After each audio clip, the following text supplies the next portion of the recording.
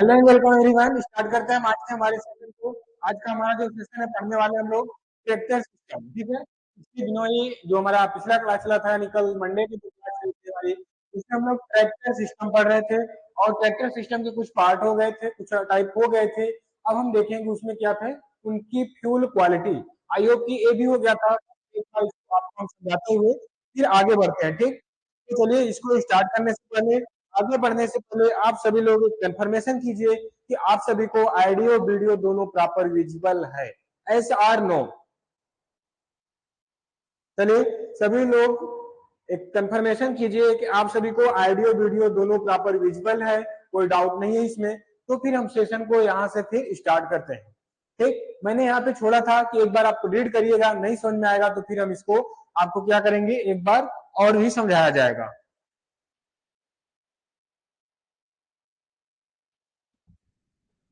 तो I hope कि सारी चीजें क्लियर होंगी अब यहाँ से, कोई किसी का कोई डाउट नहीं है। तो एक बार इसको देखते हैं, ठीक है। हम लोग क्या देखने वाले थे, एक चीजें तो देख लिए थे। अब देखते हैं इग्निशन क्वालिटी में। इग्निशन क्वालिटी में क्या देखते हैं, ऑक्टेन नंबर और सीटेन नंबर। ऑक्टेन नंबर के उसे आइसो ऑक्टेन बोलते हैं, क्या C8। देखिए इसमें कार्बन की मात्रा जो होती है, नंबर होती है कितनी, 8 होती है इसमें। इसमें C7 होता है, ये दोनों याद रखिए। अब देखिए कैसे इनको हम डिनोट करते हैं, कैसे इनको हम जानते हैं कि इसमें ऑक्टाटेन है तो डीजल पेट्रोल की कैसे मात्रा है, ठीक है। पेट्रोल में ऑक्टाटेन यानी ऑक्टेन की मात्रा कितना है, सीटेन की मात्रा कैसे कितनी है, इन अमाउंट कितने, इसको मेजर कैसे करते हैं। तो आइए देखिए यहाँ पे क्या करते हैं, आइसो और हेप्टेन। जो आइसो ऑक्टेन, ठीक, और फिर क्या करते हैं हेप्टेन, हेप्टेन, इन दोनों को ऐड करते हैं। फिर इधर देखते हैं फ्यूल, किस टाइप का फ्यूल है या इससे क्या होता है। अब देखिए यह क्या है, 90 और 100। 90 100 या 10 है, 10% और यह 100%। क्या ये इसमें टोटल कैरी कर पा रहा है, नहीं, कोई नहीं कर पा रहा। अब देखिए क्या है यहाँ पे, 95 और 90 देखते हैं, ठीक। सॉरी, यहाँ देखते हैं 90 और 95, 95, ठीक। 90 और 95 देखते हैं, फिर ये 10% में क्या कर पा रहा है, नहीं। अब नेक्स्ट देखते हैं, क्या हम देखते हैं 90 या फिर 90 10, इस तरह से देखते हैं। तो देखेंगे कि यहाँ पे है इसको कैरी कर पा रहा है इसमें।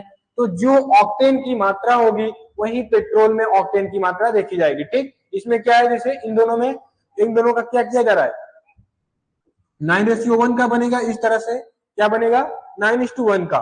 तो इसमें क्या है, ऑक्टेन की मात्रा क्या होगी, 19। तो एक चीजें तो क्लियर है कि यहाँ से इन दोनों के मिक्स में जो नंबर आएगा ऑक्टेन की, वही फ्यूल में ऑक्टेन नंबर होगा। क्लियर। अब देखिए क्या है, ये चीजें क्लियर। अब देखिए जो इनके परसेंटेज, आइसो ऑक्टेन की जो परसेंटेज होती है इसमें कितने, किस स्केल पर देखा गया है, 0 to 100, ठीक, इस स्केल पर देखा गया है।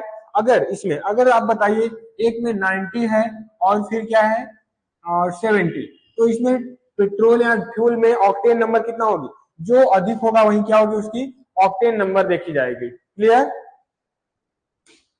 चलिए ये तो देखिए।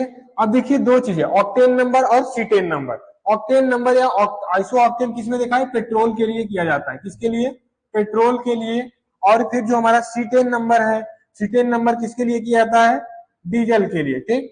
या किसके लिए किया जाता है, डीजल के लिए। याद रखिए जो सीटेन नंबर निकाला जाता है डीजल के लिए, ऑक्टेन नंबर पेट्रोल के लिए। यानी कि पेट्रोल में ऑक्टेन नंबर कितनी है, जितना अधिक होगा,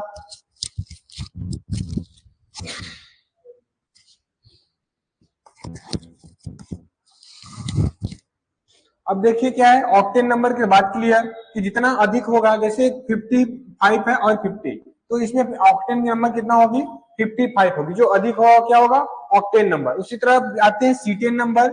सीटेन नंबर में सीटेन कितना है, C16 S34, ये क्या हुआ, सीटेन। और फिर अल्फा मेथाइलिन नेप्थिलीन हुआ, ठीक। ये दो चीजें, इन दोनों को मिक्स करने पर जो इसमें कैरी करेगा वह इसकी ऑक्टेन नंबर देखी जाएगी। क्या देखी जाएगी, ऑक्टेन नंबर। अगर इसमें मानिए क्या है, 45 है और 40, तो इसमें सीटेन नंबर क्या देखा जाएगा आपका, 40 देखा जाएगा, क्योंकि इसमें भी वही होगा जो अधिक होगा, ठीक। इसकी स्केल जो करती है परसेंटेज फ्यूल, 30 to 60 पे करके किया जाता है, मेजर किया जाता है। अब देखते हैं नोकिंग, डिनोटेशन, डिटोनेशन और नोकिंग। नोकिंग क्या होता है, आप जैसे कभी कभी क्या होता है, नॉर्मल आवाज के अदर, नॉर्मल आवाज जो आती है, वॉइस आती है इंजन में या मशीन में, उसके अलावा जो भी आवाज आती है उसको क्या बोलते हैं, नोकिंग बोलते हैं, इसे पिंगिंग, ठीक है। पिगिंग जो होता है उसमें क्या होता है, नोकिंग की आवाज आती है। जैसे आप आई थिंक आयसर के इंजन में आप देखोगे, जैसे बुलेट रॉयल एनफील्ड जो, उसमें क्या अगर अधिक तेज एक्सीलेटर दिया गया, ठीक, उसके एक्सीलेटर को क्या किया गया, अचानक तेज किया गया, फ्यूल आया, फिर छोड़ दिया गया, फ्यूल तुरंत छोड़ दिया, तो उसमें क्या होता है, बीच में नोकिंग की आवाज आती है, जैसे पटाखे जैसा, तो नोकिंग की आवाज आती है इसमें। फिर प्री इग्निशन, ये चीजें समझिए, प्री इग्निशन क्या है। प्री इग्निशन क्या है, आइए आपको हम चार्ट से बताते हैं। एक एक नोट लगा के दिखाते हैं कि प्री इग्निशन क्या है, कैसे होता है। देखिए क्या है, पिस्टन को टॉप डेड सेंटर, कहां पे, पिस्टन को टॉप डेड सेंटर पर पहुंचने से पहले अगर इग्निशन हो जा रहा है, ठीक, कहां पे इग्निशन हो जाए तो उसको क्या बोलेंगे हम, प्री इग्निशन बोला जाएगा। अगर पिस्टन को बॉटम डेड सेंटर से पहुंचने से पहले, यानी टॉप डेड सेंटर पे पिस्टन है, तभी उसमें क्या हो रहा है, इग्निशन हो जा रहा है, तो उसे क्या बोलेंगे, पोस्ट इग्निशन बोला जाता है, ठीक, उसको क्या बोला जाता है, पोस्ट इग्निशन बोला जाता है। तो आइए देखते हैं इसे टीडीसी, इसको नोट करिए इस तरह से टीडीसी, ठीक। और इससे पहले की देखिए क्या है कि इंजन का यह एक क्या है, सिलेंडर है, यह क्या है, इंजन का सिलेंडर, इसमें क्या करा है, इस तरह से पिस्टन है, पिस्टन क्या है, यहाँ से कनेक्टिंग रॉड द्वारा क्रैंक सॉफ्ट से इस तरह से, ठीक है, इस तरह से क्या हुआ है, जुड़ा हुआ है, इस तरह से क्या हुआ है, इस तरह से जुड़ा हुआ है। तो देखिए अब यहाँ से एग्जॉस्ट आएगा, ठीक है, इनलेट वाल्व खुला है, इधर से स्पार्क आया, पिस्टन क्या किया, पिस्टन को टॉप डेड सेंटर ऊपर पहुंचने से पहले, यहाँ पे लिख लिए टीडीसी, दिख रही है, टीडीसी, टॉप डेड सेंटर। ये देखिए, अगर टॉप डेड सेंटर पहुंचने से पहले उसमें हो जा रहा है इग्निशन, तो उसको क्या बोलेंगे हम, टॉप डेड सेंटर पे ही तो प्री प्री इग्निशन बोलेंगे, ठीक। क्या कोई आपको प्रॉब्लम है, नहीं है तो फिर भाई देखिए, pre ignition, top dead centre पे भी उसमें इग्निशन हो जाए तो प्री इग्निशन। अगर पिस्टन क्या है कि अभी पिस्टन बॉटम डेड सेंटर पे, मतलब नीचे की तरफ है, तभी उसमें हो जा रहा है, तो क्या होगा यहाँ पे, पोस्ट इग्निशन, ठीक। पिस्टन के टॉप डेड सेंटर पहुंचने से पहले ही उसमें इग्निशन हो जा रहा है तो प्री इग्निशन, और फिर उसको वहीं पे है, टॉप डेड सेंटर पे पहुंचा तभी इग्निशन हो गया, तो क्या हो गया वो, पोस्ट इग्निशन, ठीक। ये चीजें याद रखिए, प्री इग्निशन और post ignition. Top dead centre पहुंचने से पहले इग्निशन हो गया तो क्या होगा, टॉप डेड आपका pre ignition, top dead centre से नीचे ही इग्निशन हो गया तो पोस्ट इग्निशन, ठीक। ये चीजें क्लियर। अब आइए अपने पीपीटी पे चलते हैं, कहां पे थे हम लोग, क्लियर, ये चीजें क्लियर दोनों यहां से आज की क्लियर, कोई डाउट तो नहीं होगा। अब देखते हैं इंपॉर्टेंट पॉइंट जो कुछ आते हैं इस तरह से, और इनके बारे में एक एक करके हम लोग पढ़ेंगे अभी, ठीक। जैसे एपीआई डिग्री के बारे में बात कर लिए थे हम लोग, अमेरिकन पेट्रोलियम इंस्टीट्यूट, या उसके द्वारा किया गया था।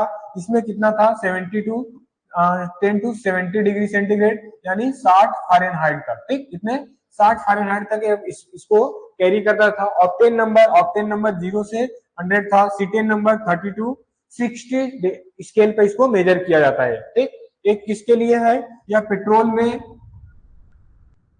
पेट्रोल के लिए, और या फिर क्या हुआ, या डीजल के लिए, ठीक, यह क्या हुआ, डीजल के लिए, ऊपर क्या हुआ, पेट्रोल के लिए। अब क्या है, बेस्ट कार्बोरेटर रेशियो, देखिए एक क्या है, ये चीजें तो ठीक है, ऑक्टेन पेट्रोल के लिए स्केल मेजर किया था, सीटेन डीजल में, क्लियर। अब आइए इसको आगे देखते हैं। अब देखते हैं क्या, कार्बोरेटर, कार्बोरेटर क्या है, देखिए कार्बोरेटर में यहाँ से एक क्या लगा होता है, फ्लाई बर्ड लगी होती है, ठीक है, जिसे घूमता रहता है और इधर से फ्यूल आता है, और यहाँ से फ्यूल अलग अलग मात्रा में, फ्यूल इधर आगे तरफ इंजन में, जो इंजन के स्पार्क पिस्टन के ऊपर जाता है, स्पार्क के साथ मिक्स होके यहाँ से कार्बोरेटर से होके आगे की तरफ जाता है, और यहाँ पे लगा होता है, इसको कंट्रोल करके इसको क्या बोलते हैं, बटरफ्लाई की तरफ होता है, और रुक रुक के ऐसे से चलती है इसमें, क्लियर। तो ये क्या हुआ, कार्बोरेटर, इधर से फ्यूल तो आएगा, बट आगे जो जाएगा वह अलग अलग मात्रा में, अलग अलग अमाउंट में आगे की तरफ जाएगा, ठीक।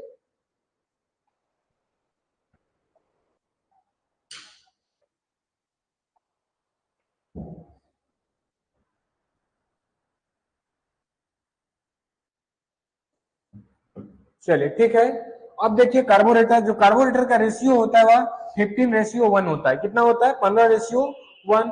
अब क्या है, फ्यूल इंजेक्टर। ये देखिए फ्यूल इंजेक्टर क्या है, यह क्या करता है, बार बार इसके पुश करता है और फिर यहाँ से तेल जो इसका फ्यूल होता है, ऑयल होता है, यहाँ से आता हुआ है। ठीक है, ये देखिए इंजेक्टर है, इंजेक्टर में इस तरह से आएगा और इधर आके और थोड़ा थोड़ा बार बार वहां पे क्या करता है, बूंद बूंद की तरह टपकता हुआ इस तरह से फ्यूल इंजेक्टर से तेल आना में उसकी फ्यूल आती है। ठीक, या जो इसका अपना रेंज होता है, प्रेशर रेंज 120 से 300 केजी पर सेंटीमीटर स्क्वायर इसकी रेंज होती है, प्रेशर रेंज।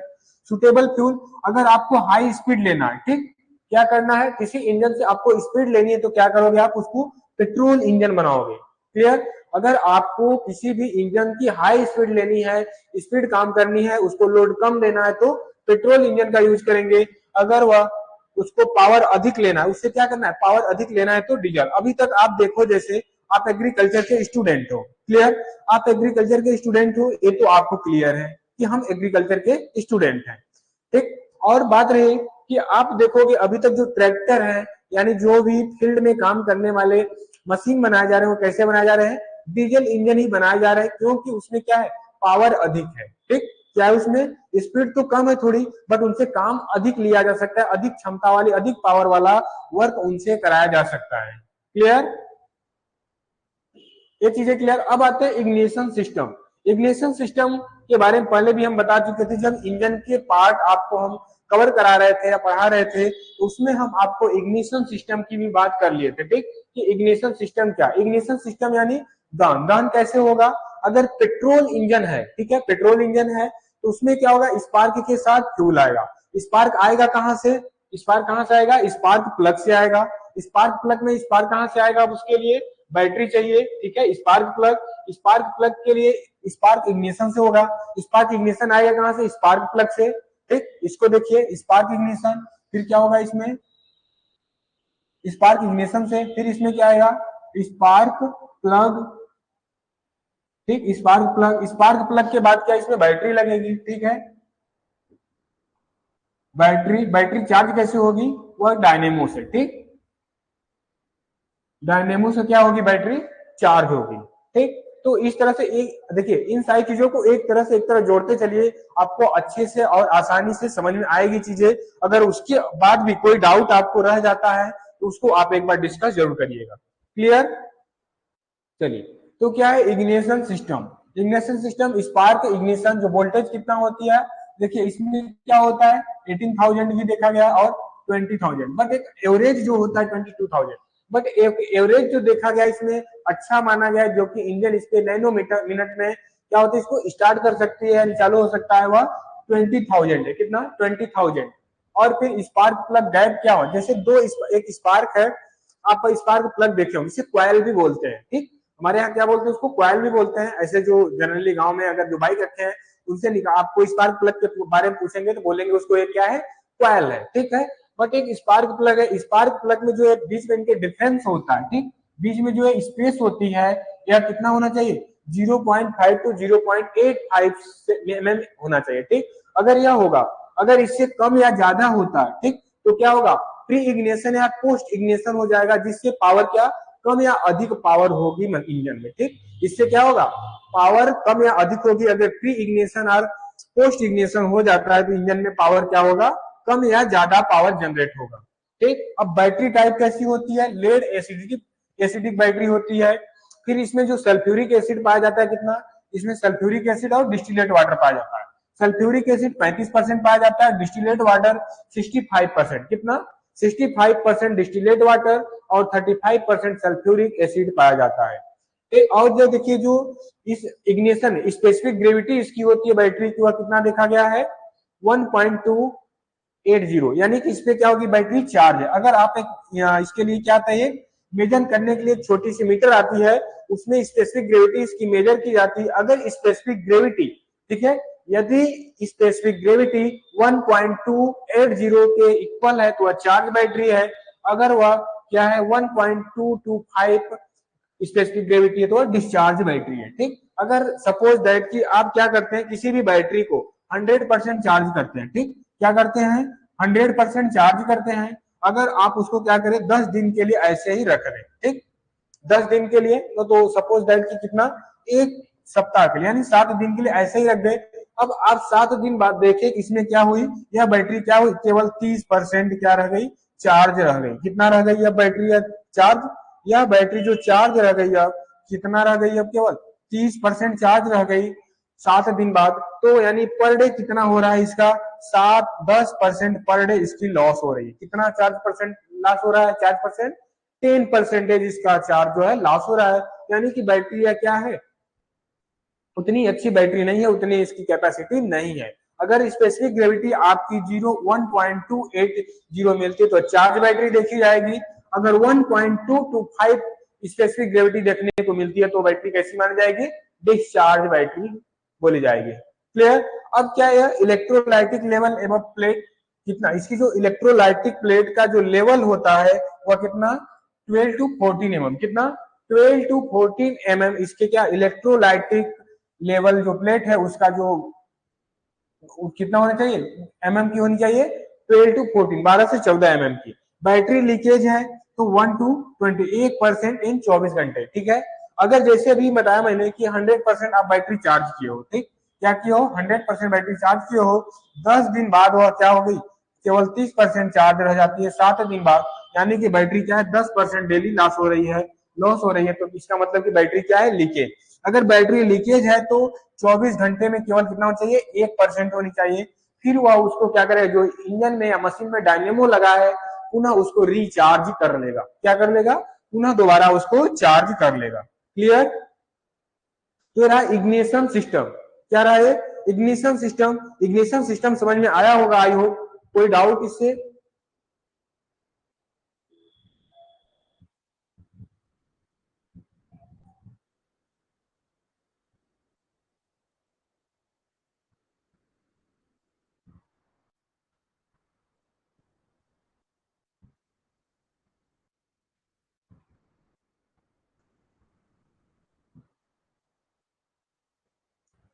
चलिए ठीक है, कोई डाउट नहीं है। आई होप कि इग्निशन सिस्टम आपको अच्छे से समझ में आया।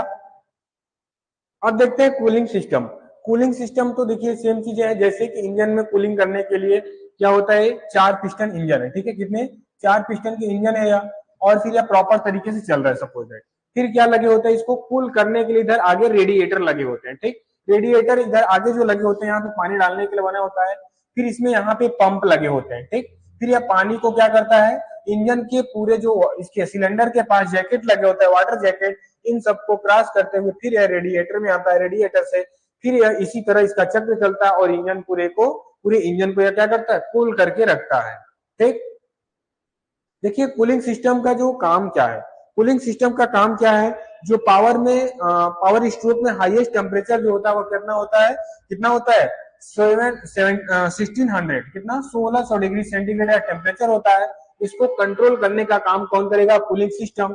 फिर बेस्ट ऑपरेटिंग टेम्परेचर, देखिए जो बेस्ट ऑपरेटिंग टेम्परेचर होता है कितना होता है, 140 से 200 फ़ारेनहाइट, यानी 60 से 93 डिग्री सेंटीग्रेड। तो यह इसको भी कंट्रोल करके रखता है कि वह इंजन क्या करे, अच्छी तरीके से चले, उसकी बेस्ट टेम्परेचर हो, तो उसके लिए भी कूल करके रखता है। इसको मेंटेन रखने का काम करता है कौन, कूलिंग सिस्टम। जो सिलेंडर के बाहर की तरफ वाटर जैकेट लगे होते हैं, जो कि वाटर जैकेट में पानी कहां से आता है, वाटर पंप द्वारा जो पानी लाके वाटर जैकेट में चारों तरफ उसको राउंड या फिर उसको घुमाया जाता है। ठीक, फिर क्या, एग्जॉस्ट लॉस। अब देखिए क्या, अभी स्टार्टिंग में हमने बताया था आपको इंजन की इफिशियंसी।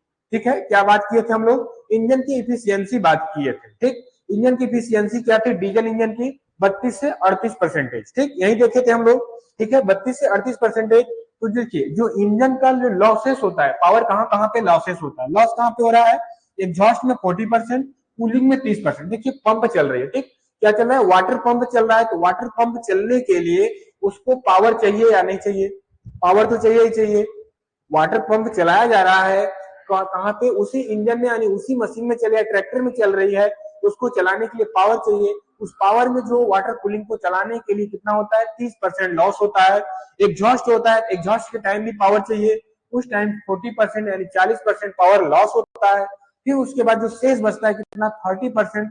30% जो पावर होता है यही यूजफुल पावर होता है। ठीक है, यूजफुल वर्क में यही पावर यूज किया जाता है काम के लिए। ठीक, यूजफुल पावर जो होता है हमारा कितना होता है, 30%।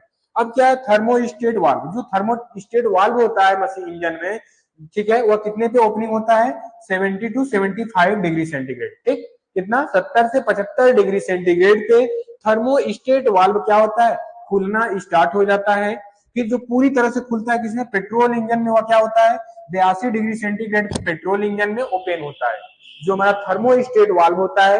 देखिए ये चीजें नहीं बता सकते क्योंकि हम आपको क्या टाइप ऑफ इंजन इंजन के पार्ट बता रहे थे, ठीक, सॉरी, क्या पढ़ा रहे थे आपको, इंजन के पार्ट, जिसमें सारी चीजें आई थिंक 2 दिन मैंने पढ़ाया था, ठीक, इंजन के पार्ट जो थे, बेसिकली टर्मिनोलॉजी जो भी सारी चीजें थी, मैंने पिछले क्लास में 2 दिन लिया, इसकी वजह से आज इतनी लेट हुई है, नहीं अदर यह क्लास अभी तक 5 से 6 लेक्चर हो चुके होते, ठीक। तो मैं सोचा कि आपको अच्छे से, आई थिंक आपको अच्छे से सारी समझ में आए, इसलिए मैंने इंजन पार्ट को अच्छे से 2 दिन का उसको उसमें टाइम दिया आपको, ठीक। तो थर्मोस्टेट वाल्व जो स्टार्ट होता है ओपनिंग होना, वह कितने पे होता है, 70 टू 75, 70 से 75 डिग्री सेंटीग्रेड तक वह ओपन होना स्टार्ट हो जाता है। अब देखिए जो फुली ओपन, पूरी तरह से ओपन होता है, वह डीजल इंजन में और पेट्रोल इंजन में अलग अलग तरीके से होता है। जो पेट्रोल इंजन में होता है कितना, 82 डिग्री सेंटीग्रेड पे पेट्रोल इंजन में थर्मोस्टेट वाल्व क्या होता है, पूरी तरह से खुल जाता है।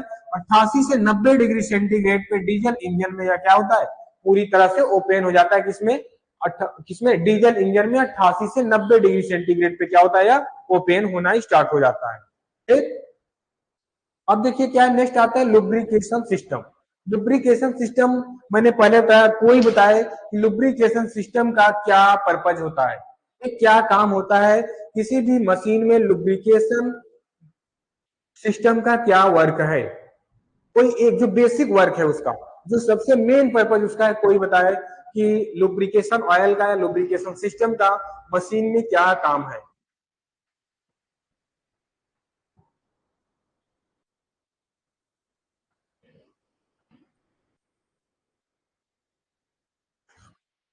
बोलिए बोलिए, जल्दी करिए भाई, जल्दी करिए।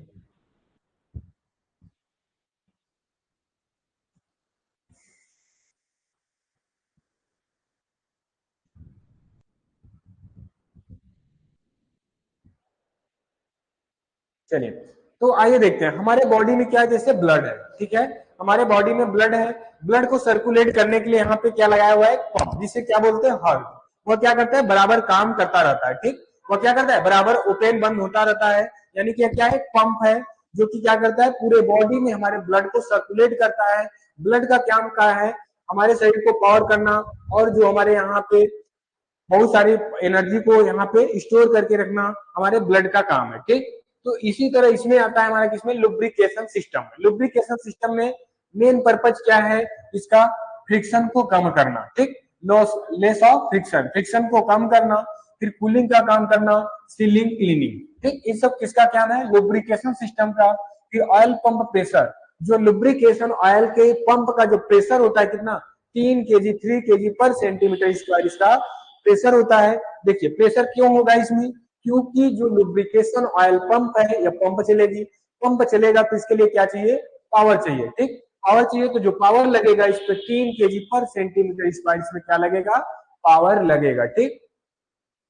अब देखिए क्रैंकेस, क्रैंकेस ब्रेदर ओपनिंग, जो क्रैंकेस में ब्रेदर लगा होता है, ब्रेदर क्या होता है, सांस लेना, मतलब देखिए जैसे क्या हुआ है, पूरा इंजन हुआ, ठीक है, ये क्या हुआ, पूरा इंजन हुआ, आइए अच्छे से देखते हैं, ये क्या हुआ, पूरा इंजन हुआ, इंजन में क्या हुआ है, ऊपर यहाँ पे इंजन सिलेंडर हेड होगा, सिलेंडर हेड के बाद नीचे क्या होगा, यहाँ पे सिलेंडर होता है, ठीक,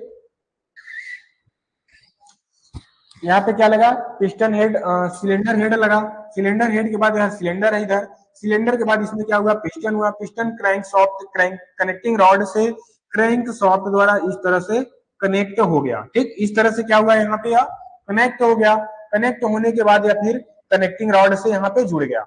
अब फिर क्या नीचे लगाया जाता है, यहाँ पे एक लगाया क्या जाता है, यहाँ पे क्रैंक केस, जिसमें क्रैंक बंद होता है, क्रैंक केस होता है। क्रैंक केस में जब यह हीट, जो अगर प्रेशर अधिक होता है, इसकी आवश्यकता से अधिक, जरूरत से अधिक प्रेशर जब क्रैंकेस में हो जाता है, इसको बाहर निकालने के लिए यहाँ पे एक वाल्व लगा होता है, इसी को हम क्या बोलते हैं, क्रैंकेस ब्रीदर बोलते हैं, क्या बोलते हैं, क्रैंकेस ब्रीदर बोलते हैं। यह कब ओपन होता है, जब इस इंजन का टेम्परेचर ठीक, इस मशीन का टेम्परेचर कितना होता है, 160 से 180 फ़ारेनहाइट पर होता है। तो इसमें क्या होता है, क्रैंक केस ब्रीदर जो होता है ओपन हो जाता है। इसका काम क्या होता है, जब इंजन में आवश्यकता से अधिक, जरूरत से अधिक एक्सेस प्रेशर हो जाता है, ठीक है, जब इंजन में एक्सेस प्रेशर होता है तो उसको बाहर निकालने के लिए या क्रैंकेस ब्रीदर क्या होता है, ओपन हो जाता है। कितने डिग्री सेंटीग्रेड फ़ारेनहाइट पे, 160 से 180 फ़ारेनहाइट पे, या क्रैंक केस ब्रीदर क्या होता है, ओपन होना स्टार्ट हो जाता है। क्लियर। तो देखिए लुब्रिकेशन ऑयल में लुब्रिकेशन पंप को चलाने के लिए पावर चाहिए। पावर में जो प्रेशर आएगा कितना आएगा, 3 kg पर सेंटीमीटर स्क्वायर। इसका काम क्या होता है, मेन पर्पज क्या होता है लुब्रिकेशन ऑयल का, मेन पर्पज जो होता है इसका वो क्या होता है, फ्रिक्शन को कम करना। फिर उसके बाद कूलिंग का काम करना जो पंप है, फिर क्या आएगा उसमें, क्लीनिंग का काम करना, ठीक है, सीलिंग का काम करना। ये सब सारी चीजें किसके आएंगे, लुब्रिकेशन सिस्टम में। अब देखिए क्रैंकेस ब्रीदर अगर यदि ओपन नहीं हुआ, in case crank case breather open नहीं हुआ, तो जो क्रैंक केस है, ठीक है, जिसमें क्या हुआ है, आपका क्रैंक सॉफ्ट चल रही है, ठीक है, जिसमें आपका क्या है, क्रैंक सॉफ्ट चल रहा है, ठीक है, इस तरह से यहाँ पे पिस्टन से जुड़ा हुआ है, ठीक है।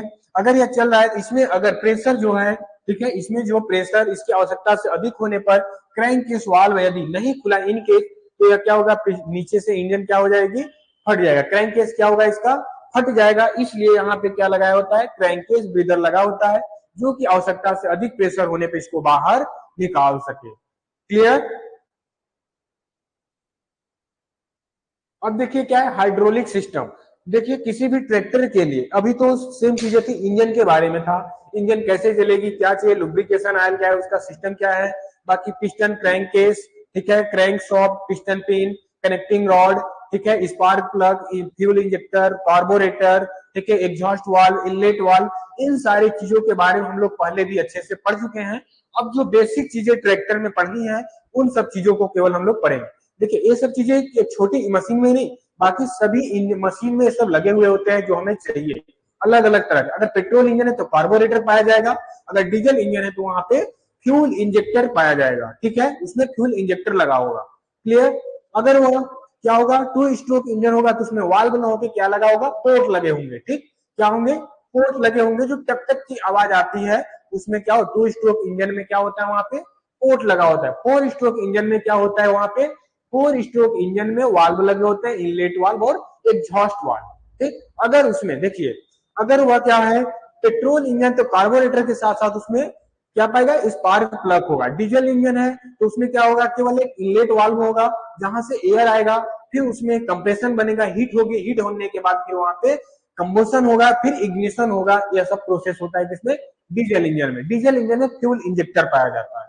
क्लियर।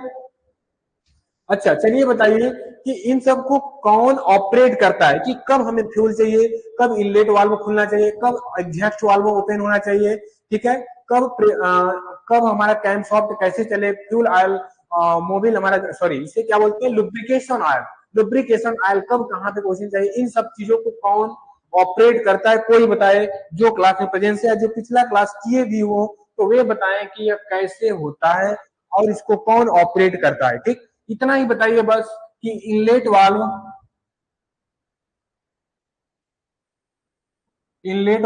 आउटलेट वाल्व, ठीक है, आउटलेट वाल्व, ठीक, इनलेट वाल्व, आउटलेट वाल्व, और क्या बोलते थे उसको हम लोग, fuel injector, fuel fuel injector, carburettor,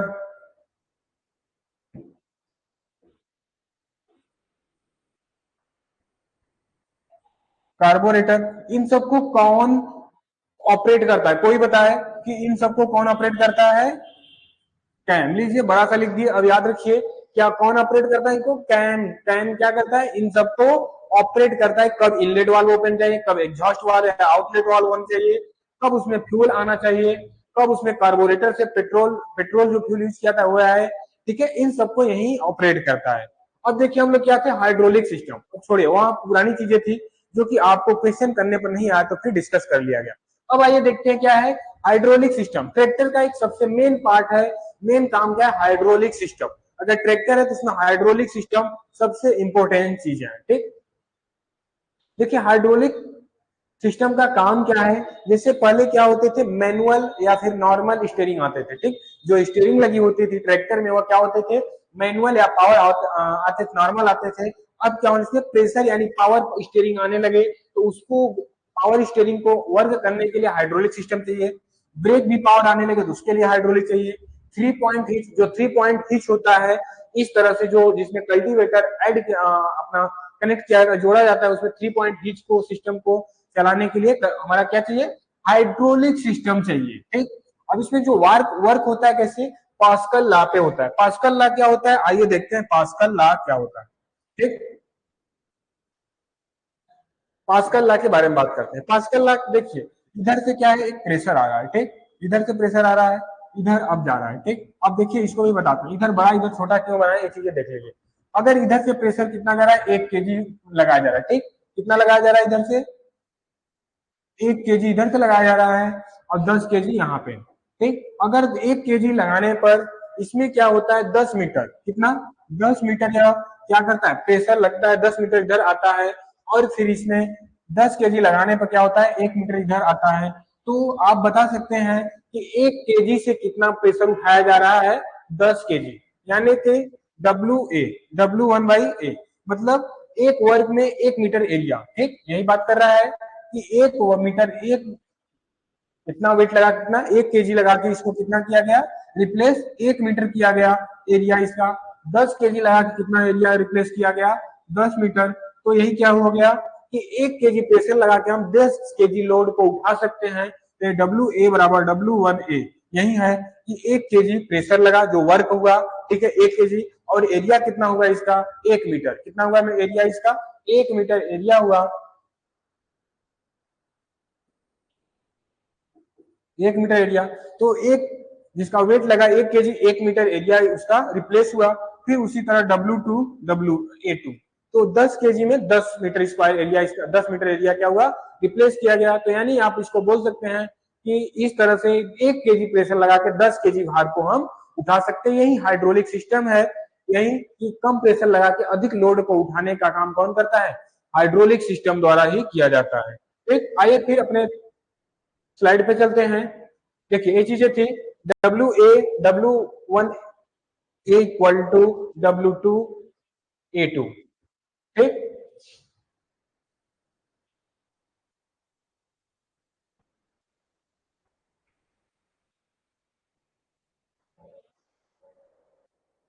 और फिर क्या, ऑयल पंप, ऑयल पंप में जो प्रेशर आता है वह कितना होता है, ऑयल पंप का प्रेशर 150 से 200 kg पर सेंटीमीटर स्क्वायर। जो इसके हाइड्रोलिक पंप का प्रेशर होता है वो कितना होता है, 150 से 200 kg पर सेंटीमीटर स्क्वायर। हाइड्रोलिक पंप का जो प्रेशर होता है वो होता है कितना, 150 से 200।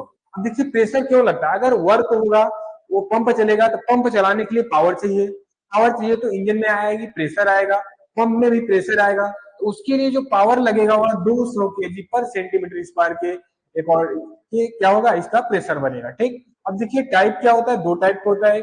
पिस्टन कंट्रोल, एक पिस्टन कंट्रोल से कांस्टेंट डेप्थ होता है, ठीक। पिस्टन कंट्रोल क्या हुआ, कांस्टेंट डेप्थ। ड्रॉप कंट्रोल क्या हुआ, कांस्टेंट पावर, पावर को कांस्टेंट रखेगा। दूसरा क्या है, डेप्थ को कांस्टेंट रखेगा, ठीक। जैसे जो रोटावेटर चलाई जा रही है, डेप्थ इसकी है, इसके डेप्थ को कंट्रोल रखा जाएगा। फिर इसके पावर को, इंजन के पावर को कांस्टेंट रखा जाएगा। फिर मिक्स कंट्रोल डेप्थ और पावर को दोनों को कांस्टेंट रखने का काम करेगा कि पावर भी कंट्रोल में रहे और फिर इसकी डेप्थ जो है, डेप्थ भी कंट्रोल रहे, ठीक। ये किसमें आएगा, हाइड्रोलिक सिस्टम में आता है। तो आई होप कि हाइड्रोलिक भी समझ में आए, इतनी चीजें इतनी हार्ड भी नहीं है कि आपको ना समझ में आए हाइड्रोलिक सिस्टम,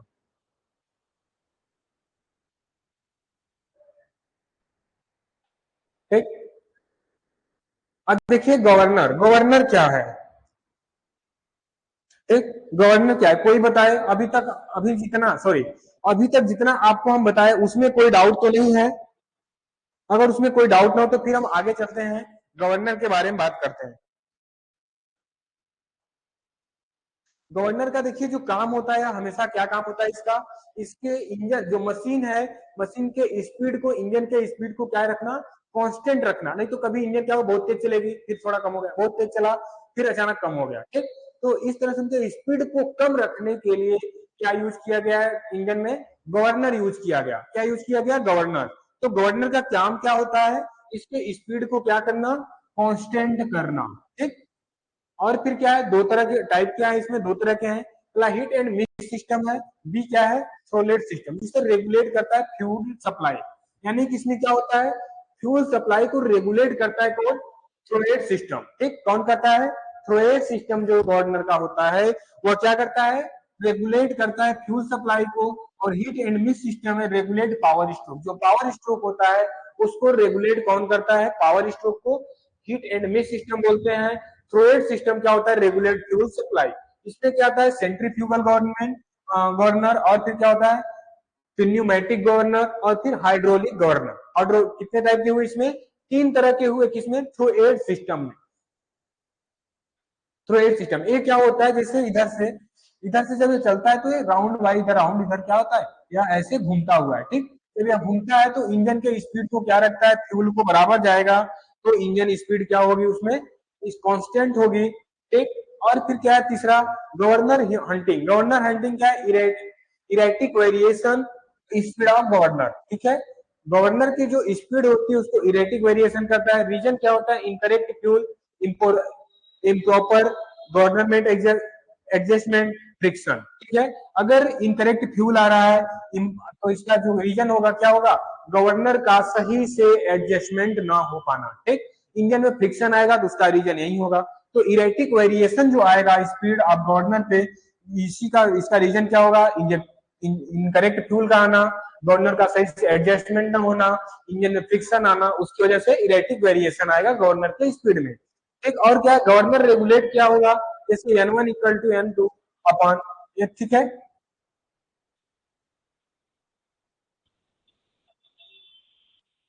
चलिए आज के लिए इतना ही, फिर बाकी चीजें जो इसके आगे देखेंगे गवर्नर के आगे, जैसे यूज ऑफ ट्रैक्टर, ट्रैक्टर का यूज क्या है, ठीक है। तो आई थिंक इसको हम बता देते हैं आपको ट्रैक्टर का यूज क्या है, फिर कल आगे इसके यहाँ से देखेंगे। आइए देखते हैं ट्रैक्टर का यूज क्या है।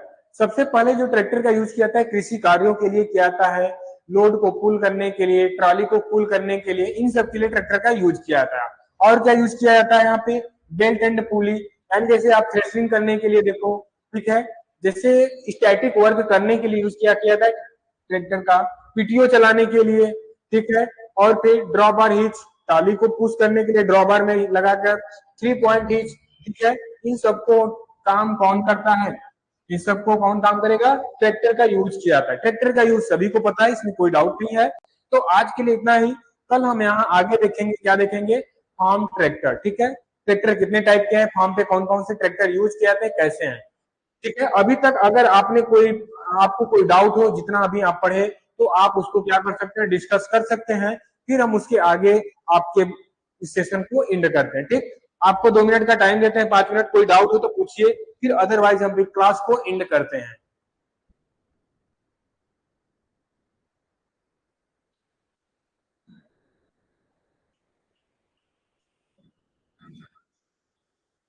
Okay, good.